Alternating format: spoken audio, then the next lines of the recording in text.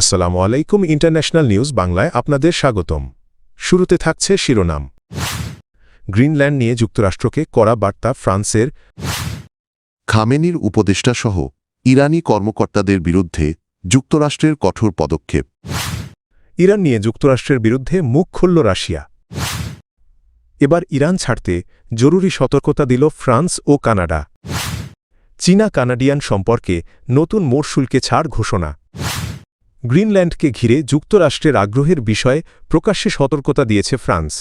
দেশটির president Emmanuel ম্যাক্রোর প্রশাসনের শীর্ষ কর্মকর্তারা জানিয়েছেন বিষয়ে যুক্তরাষ্ট্র কোনো একতরফা পদক্ষেপ নিলে তা ইউরোপের সঙ্গে সম্পর্কের ওপর নেতিবাচক প্রভাব ফেলতে পারে।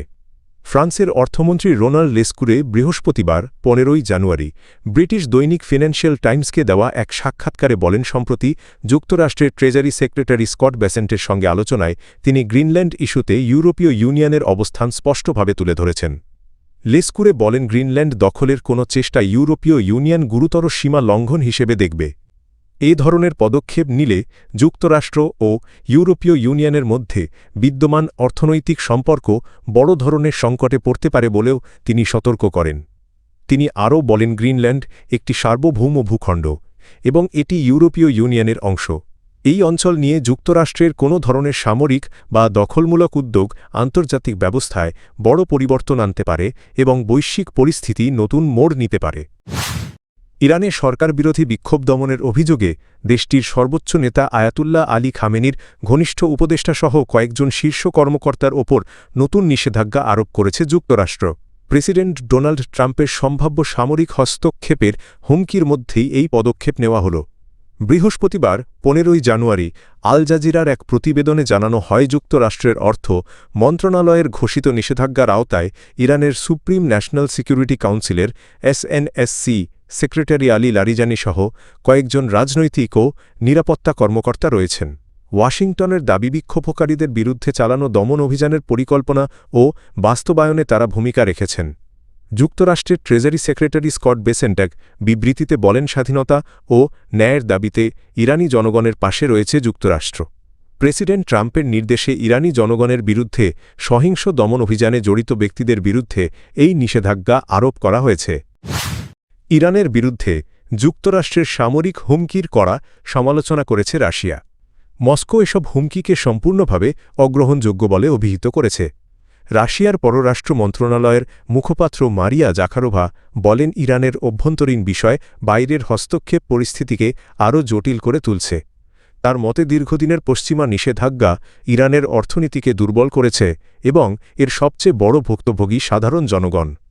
জাখারোভা অভিযোগ করেন, ইরান বিরোধী শক্তিগুলো জনগণের অসন্তোষকে কাজে লাগিয়ে দেশটিকে অস্থিতিশীল করার চেষ্টা করছে, যা তিনি তথাকথিত কালার রেভলিউশন কৌশল হিসেবে উল্লেখ করেন।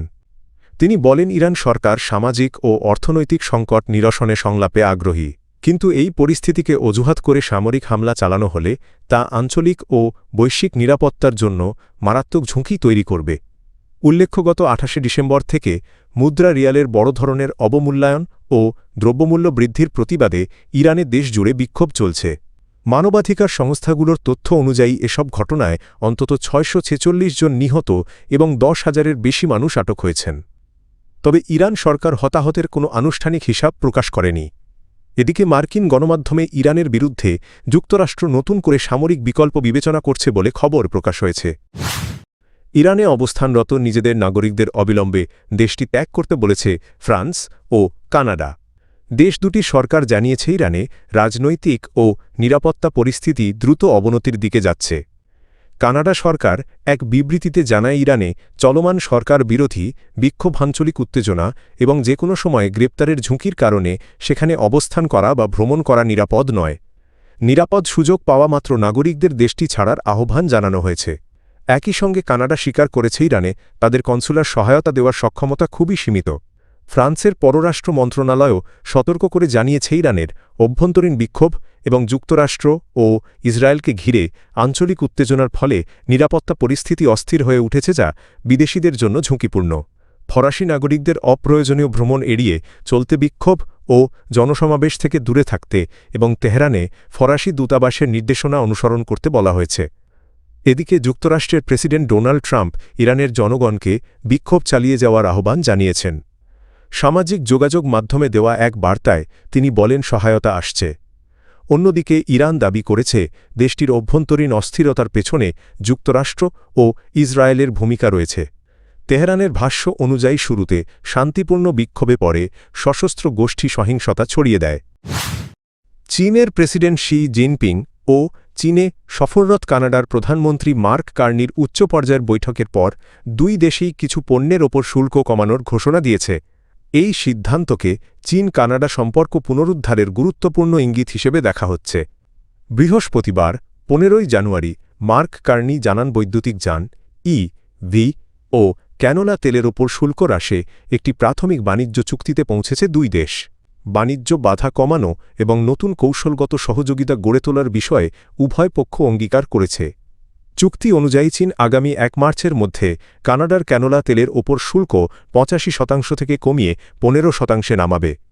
অপরদিকে কানাডা চীনের বৈদ্যুতিক যানবাহনের ওপর সর্বাধিক পছন্দসিদ্ধ দেশ MFN হারে 6.1% শুল্ক আরোপ করবে। কার্নি এই সমঝোতাকে ইতিবাচক অগ্রগতি হিসেবে উল্লেখ করেন। চীনের প্রেসিডেন্ট শি জিনপিং বৈঠকটিকে দ্বিপক্ষীয় সম্পর্কের নতুন মোড় বলে অভিহিত করেন।